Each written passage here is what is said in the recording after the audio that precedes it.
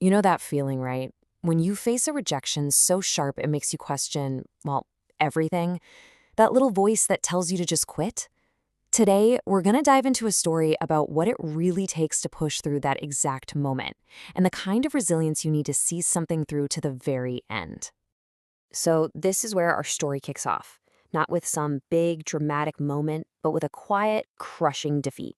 It's a feeling I think a lot of us know all too well, that sting when someone says no to something you've poured your absolute soul into. It's a really personal kind of pain. And look, this wasn't just some casual project. Can you imagine pouring yourself into something for 14 straight months? That's more than a year of just showing up, believing in an idea, and putting in the work, day in and day out. All that work added up to 112 pages, a real, tangible thing that held all her hopes and her story. It wasn't just an idea floating around in her head anymore. It was right there, on paper. And after all that time, after all that effort, this was the third time a publisher had said no. And that's the blow that lands the hardest, isn't it? The one that makes you think, okay, maybe they're right. Maybe I'm the one who's wrong. This is the moment where the story almost ends. All right, so this brings us to what I call the wall of rejection. It's that point where the dream you've been chasing so hard suddenly feels like a huge, embarrassing mistake. In the weeks after that last rejection, Maya just stopped writing. She told herself it was a break. But the truth was a lot heavier. The project itself started to feel like an accusation. Every time she saw that file on her computer, it was like a silent reminder of her failure. The fear of even opening it again was just too much. But then, just when you think it's over, the turning point arrives. And it comes from the most unexpected place imaginable. Not from some famous author or a fancy workshop, but from her 61-year-old coworker at the dental office, a woman named Diane. So Diane notices Maya's been quiet about her book. And instead of giving some generic "you can do it" speech, she tells this kind of random story. She says her husband was terrified of water his whole life, but he decided to finally learn to swim at 52, all for his grandson.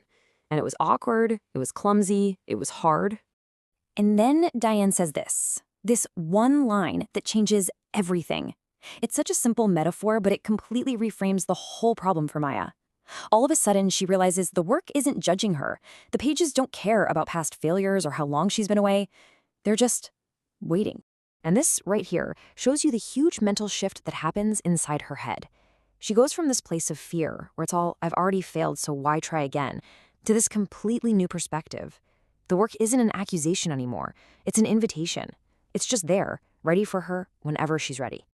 So, armed with this brand new way of thinking, Maya begins what she calls her deliberate return.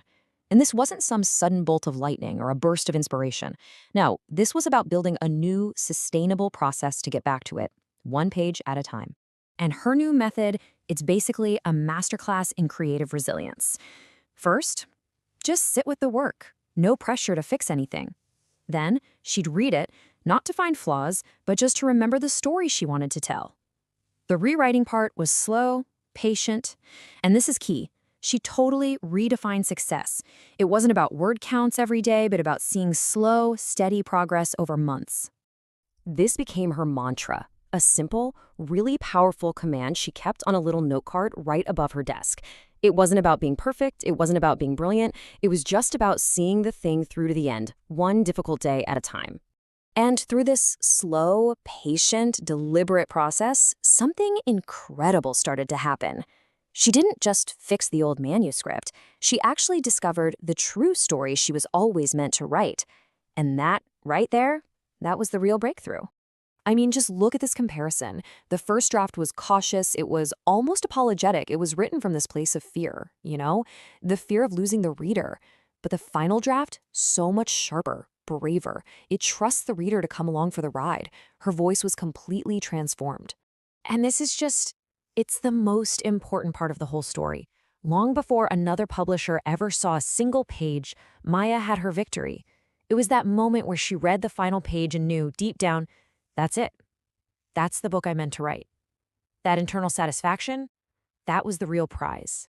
Okay, so let's zoom out a bit, because Maya's novel does get published. It finds its way to readers.